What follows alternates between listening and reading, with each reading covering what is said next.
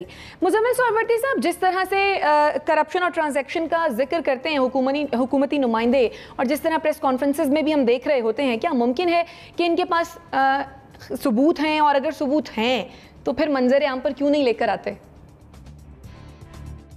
देखें, ये जो पिछली ऑडियो है जिसमें वो कह रही हैं कि सोशल मीडिया पर ट्रेंड्स बनाएं, उसकी एक सियासी हैसियत है कानूनी से ज़्यादा। लेकिन जिसने पोस्ट किया है, जिसने ट्रेंड बनाया है कानून की नज़र में, तो वो अकाउंट ज़िम्मेदार है जिसने वो अकाउंट पोस्ट किया है।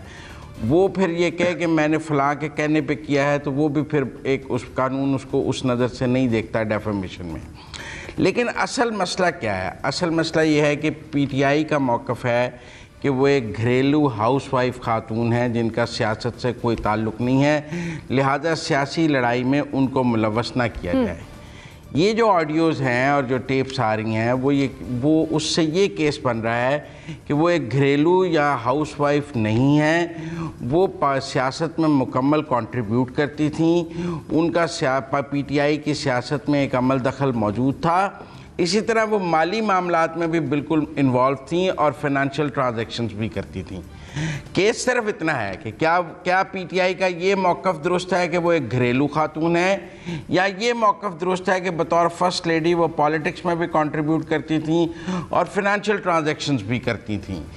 इसलिए ये टेप्स को इस तनाजुर में देखने की ज़रूरत है। मेरे नज़दीक जो वो अरसलान खालिद से उनकी टेप है, उस पर शायद इतनी कानूनी कार्रवाई तो मुमकिन नहीं है, लेकिन ये चीज़ सेटल करने के लिए वो टेप इम्पॉर्टेंट है कि क्या उनका पॉलिटिकल रोल था या नहीं।